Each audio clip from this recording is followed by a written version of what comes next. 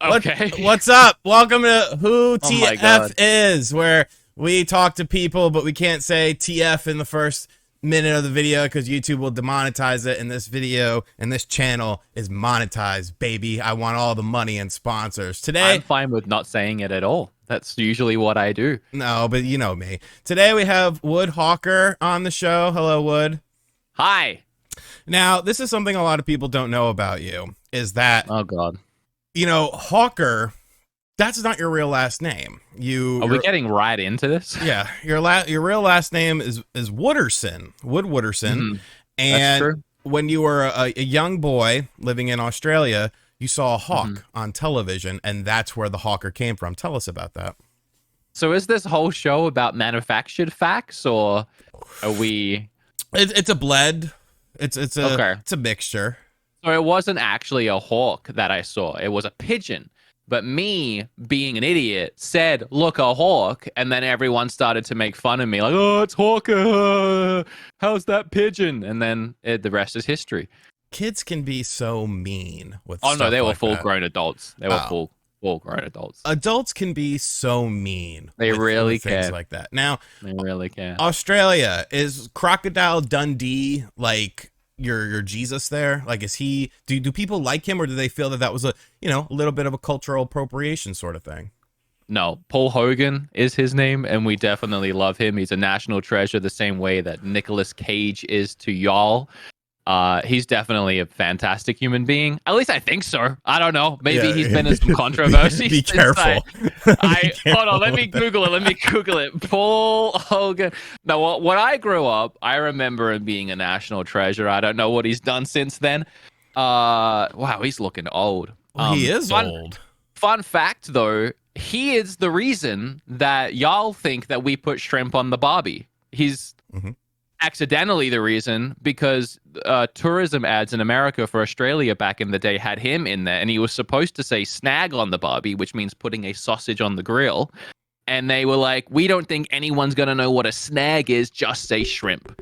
So you Americans made him say shrimp, and now you Americans make fun of us for something we don't do. So a snag is a sausage? Yes, it's a sausage. So you've never put a shrimp on the actual Barbie? No, I'm sure it's been done, but no. Interesting. Aren't shrimps the little tiny? Wouldn't that like fall through the grill? I mean, no, because you have different size shrimp. Yeah, you got your standard shrimp, then you got your jumbo shrimp, which are like That's the true. big fat boys. I don't eat shrimp unless it's like deep fried because I don't Mhm. like seafood. I think it's disgusting. Australians are big on seafood because every civilization in Australia live on a coast because it's too hot to live anywhere else. That said, it's still not really a thing that we do. Snags, burgers, There was a musician from Australia that there's a few. I watched a thing on. He was like a white kid rapper, and then like he screwed over this dude that was helping him out, and then became famous. Is it the Kid Leroy? Is he Australian? You're asking me about Australian rap, and I No, couldn't no, no, have no. He any did that less. song with Justin Bieber. Oh, really? I didn't know that guy was Australian. No, the only Australian rap band I like is Hilltop Hoods, and they're actually from very close to where I grew up, and they're very popular. And I guarantee you've heard some of their songs. I probably haven't. Parkway Drive is Australian. I like Parkway Drive. They're a good metal band. They're on a I'm little gonna hiatus send right you now. Hilltop Hoods songs after this, and I guarantee you will have heard one. They're actually very popular here. Parkway Drive, yeah, huge, obviously. And there was another hardcore band that got really popular. Well, you weren't there when we went to Too Many Games. There was a guy from an emo screamo band from those days at the con, and he used to tour with Parkway Drive, Oh, which he was very. Was it? very It was excited to probably tell me. Vincent from Acacia Strain, tall, sort of skinny guy, with the I think so. Forgotten Freshness booth. He was just there. What was the band called? I'll Google that. The Acacia Strain. Maybe. I'm gonna pretty feel sure it's him bad. because I've met Vincent there before. He always goes with the Forgotten Freshness guys because It's probably him. he's friends with them. Yeah, I like them. I like Parkway Drive too. They're super good. So Yeah. let's get into a little real talk here. Let's get into a little Okay. real talk. Because I feel like we have had similar trajectories and how we've done things on YouTube, where we both started out with the retro stuff, and then we moved on to more modern stuff. And there are a lot of Mhm. people that are like, I can't believe they left retro. I can't believe they do modern. Now, You think people still say that? yes, I'm gonna speak for both of us and say, shut the fuck up, Yeah, I okay? appreciate that. I And can't then say that. I know you have an image to uphold, Shut the heck up. but why did you decide to sort of move away from retro content? I know why I did, and I feel like it's probably the same reason for you, but why did you decide to do that? It's one of them things where like it's not it wasn't even a decision. It wasn't something I consciously did. Maybe it was for you. For me, I sure I was in the retro community, sure, and I made a lot of retro focused content. But alongside it, I also always made Wii U content, which was what was popular at the time. And for me, covering Nintendo Switch stuff was just a given. I was always going to do, and I just saw this obvious difference between the Nintendo Switch stuff's getting how many views and the retro stuff is getting worse and worse every time I put something out. I just started leaning more into one than the other, and before I knew it, that's just what I was doing. It was never ever a conscious choice beyond this is working and this isn't. Yeah, I mean, I'll be honest, I kind of got a little bit bored with it because I felt like I had talked about really most of the things I wanted to talk about, and there wasn't anything I could really add to the like, oh, did you know that Super Mario Brothers 2 in the United States is Doki Doki Panic? And like some dudes can pull it off. Like I think GameSack still does a really good job. You know, Norm, a gaming historian, he still gets really good views. But I mean, their stuff is a little bit different than just a traditional thing. And then yeah, you have to look at the business side of things, and it's like, you know, if you continually do the same stuff over and over again and it's not doing as well as the newer stuff you're trying, you're never gonna, you know, get to that next level, which I think we both wanted to do. We both wanted to be able to do this. That's an interesting point as well, because yeah, back then I definitely felt that where I couldn't do anything that would add to the conversation. And another reason for that is we were both very young content creators, and I don't know about you. You might have been better at it, but I had no idea how to really review a game, how to even put my 2 cents into something that hadn't been talked about before. So trying to review Duck Hunt on the NES with my own words that hasn't been uttered, it just wasn't feasible. It wasn't possible. I always felt like I was just another empty voice into the halls of millions that were doing it at the time. And I think I had a little bit of a leg up on you when it came to reviews because I was doing the writing stuff. Yeah, and I was just like, definitely and ahead. when I was writing, I would occasionally write about retro stuff, but I was always reviewing. I was literally the 3DS and the Wii U guy on my first website that I worked for because I had both of those systems and there were 6 of us. And then I started working for Nintendo Enthusiasts. So, you know, obviously I'm going to keep my eye on Nintendo. Like it's natural. I don't understand it. It's funny to think back then too, because especially me, but both of us got a lot of hate, even from a lot of people that were friends of ours at the time, that would make fun of us online for doing the Nintendo Switch stuff and like make fun of our titles or make fun of just the fact that it's another Switch video. I lost friends back then who didn't understand what I was doing, that would make fun of me, that resented me for the success. And it's funny to look back at it now and be like, well, if I had given into that or listened to that, I would be where they are, which is not probably where I want to be right now. I mean, you're not wrong though. And it's really weird to me because there are very successful channels for things like that are just PlayStation and that are just Xbox. Yeah. And you never hear anyone like really go after them like they do after people who focus on Nintendo, but talk about other things. Like there are literally grown ass men older than us who do nothing but Nintendo. And like people don't say anything about them.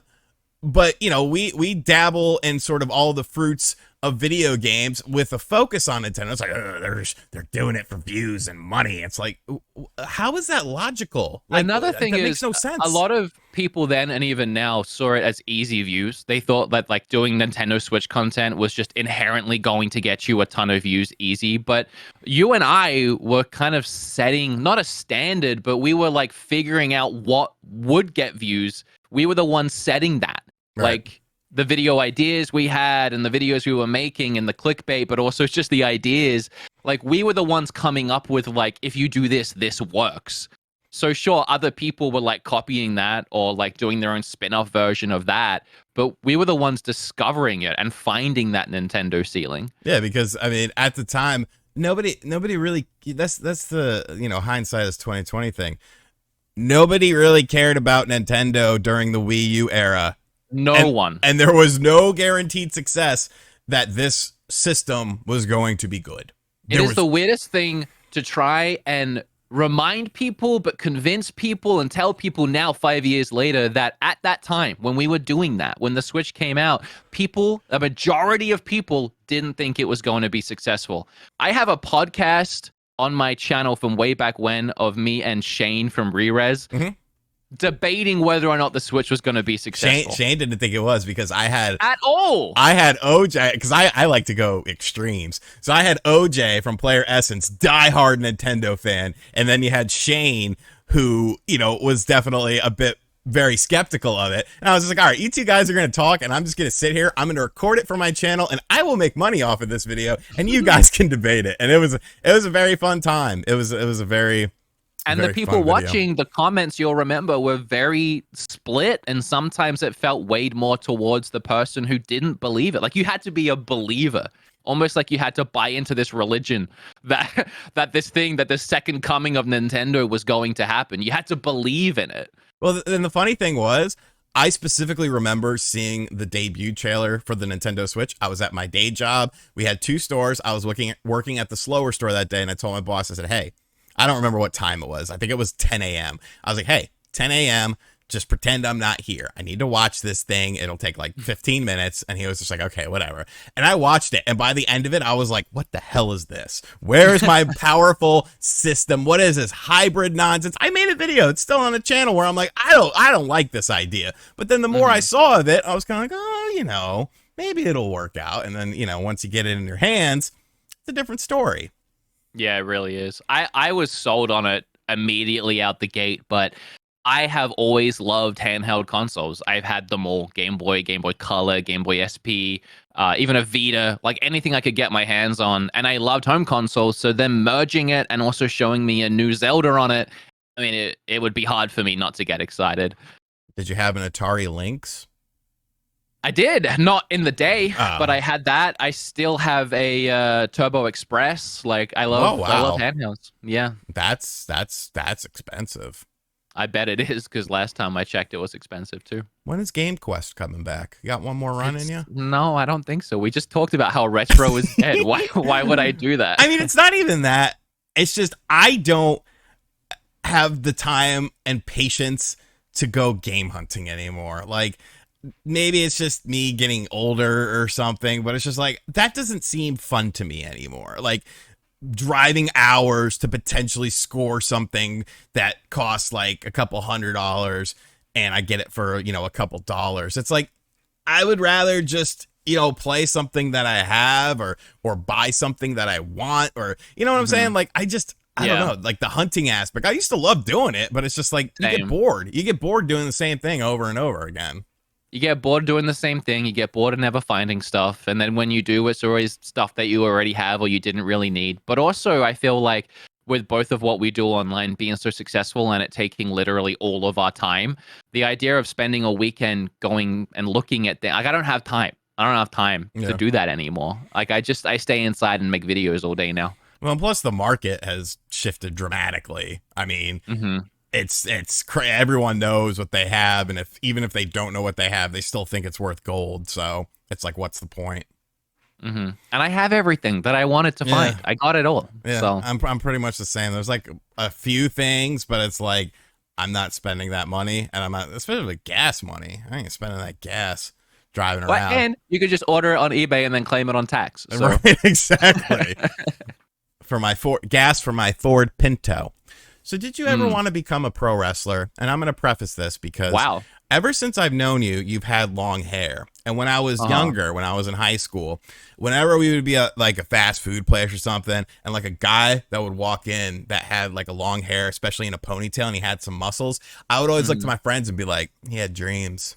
He had aspirations, and they'd be like, what the hell are you talking about? It's like, he wanted to be a pro wrestler, man. And then like we would go and like move positions wherever he would sit, and we'd sit next to him and we start talking about his dreams of becoming a pro wrestler because he had muscles and a ponytail, because I feel like every adult male that has muscles and a ponytail did or wanted to be a pro wrestler. So does that apply to you? I gotta say, no, it's weird until recently because I grew up watching wrestling and I loved it. And I feel like, yeah, I've had that look for a while. But I guess when I was watching wrestling back in the day, everyone was like huge. And like, it was Vince McMahon's buff man. And I never fit the bill. And I guess I never really saw myself doing it. But since recently, you got me into watching AEW. And now it seems like anyone with all kind of body types, anything from a skinny Darby Allin to a absolutely jacked Hobbs, can be a wrestler. I've been thinking about it. I've been doing a little bit of training in my gym and garage to get my fitness up because I was thinking of going to tryouts, but that's been a very recent thing. So you do have dreams. You do have the aspirations. This now just proves my point. It was never a time-based thing. It was eventually they will have the dreams and aspirations, or they did have the dreams and aspirations, and then look. If I was jacked with hair a few years back, I probably would have wanted to. But I mean, there's still time. Batista didn't start wrestling till he was I want to say 33, 34, 35, something like that. That's Batista. And I know, but you watching this, you actually have no idea how hard it is to get in that ring. I've tried taking some fake bumps out in my garage on mats and just falling even from half height onto your back. All the air leaves your body. You feel like you're having a heart attack. And those dudes are doing that 50 times a match? Yeah. It's tough. It's really tough. And the mats are not the ring mats they're not soft. They're and that's just landing in the ring. Then you got landing outside the ring. You've got taking bigger bumps. I don't know if I'd break something, dude. I really feel like a lot of it is adrenaline based. And plus, I mean, sports medicine has come a long way in the past, 20 years. Like, look at athletes in pretty much every sport. Like, they're consistently, like, the average athlete in every sport is like way more athletic overall than someone from 20 years ago, regardless of what the sport is. So, like I kind of want to do the Create a Clash boxing next year. That I might be able to do. I'm trying to get Spawn Wave to do the street fight thing. I think that would be awesome. Just like old Kimbo Slice stuff, where he was in a backyard and it was just two dudes fighting. And then like one dude would be like, all right, that's enough. When like his eyeball was hanging out and stuff. I think that would be great. It's different enough. There's a market for it. And think of the views. You got hype promo packages. You have live streams from it. You have people that sponsor it. It's a win-win. I think I'll stick to Create a Clash. I like my eyeballs where they are. No, it's just, I mean, you can wear a mouth guard, mouthpiece. That's not where I keep my eyes, but okay. Could be. All right, so our final question here while we wrap things up. I actually don't have a final question. So what's one fact about you that a lot of people don't know that they probably should know? Oh my God. That's tough because I'm an open book online. I talk about my mental health. I talk about literally everything that I do. I don't keep anything secret. I don't know is there any perceptions you think people have of me that isn't true? You've known me for like a decade. A lot of people think that you can be pompous when meeting in person, like there's an aura about you that you feel like you're better than them. But I always tell them that you're actually somewhat shy in person, and that's just who you are. I definitely completely see why people would think that I'm pompous. I guess would be it. I put on quite a character when I'm live. Even to do this with you right now, I had to try and wake up.